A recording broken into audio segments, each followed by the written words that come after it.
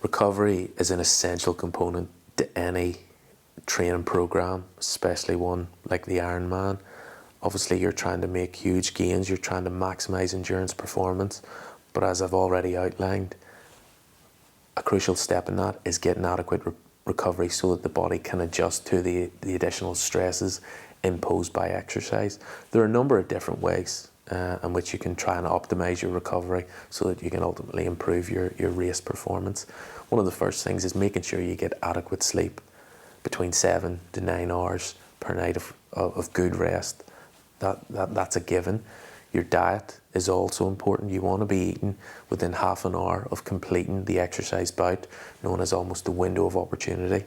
I know for certain individuals this may not be easy, but at least an hour to 2 hours at the maximum so that you can maximize muscle glycogen resynthesis. But also during those phases, it's important to take on some additional protein, no more than 20 grams, and that will also help muscle repair synthesis as well.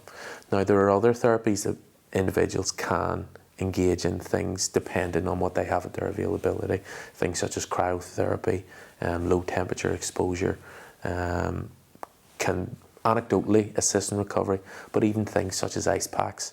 If you can rotate ice packs around the major muscle groups in the lower limbs and the upper limbs, then again, a lot of athletes find that this is helpful in promoting a greater blood flow to the active tissues, and then therefore that can help with recovery.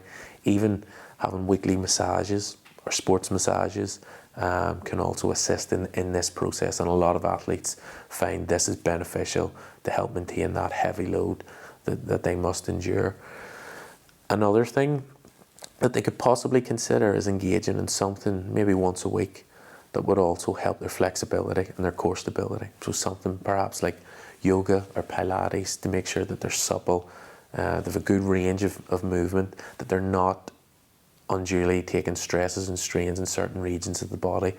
With the constant pounding of training, these athletes do leave themselves vulnerable to things such as stress fractures as well. So it's important that you can maximize muscle stability around the joints to try and confer some sort of protection. You may also want to look at supplementation with things such as glutamine that can help enhance the immune response. Now, there's limited empirical data to suggest that glutamine can do this, but a lot of athletes would recommend it.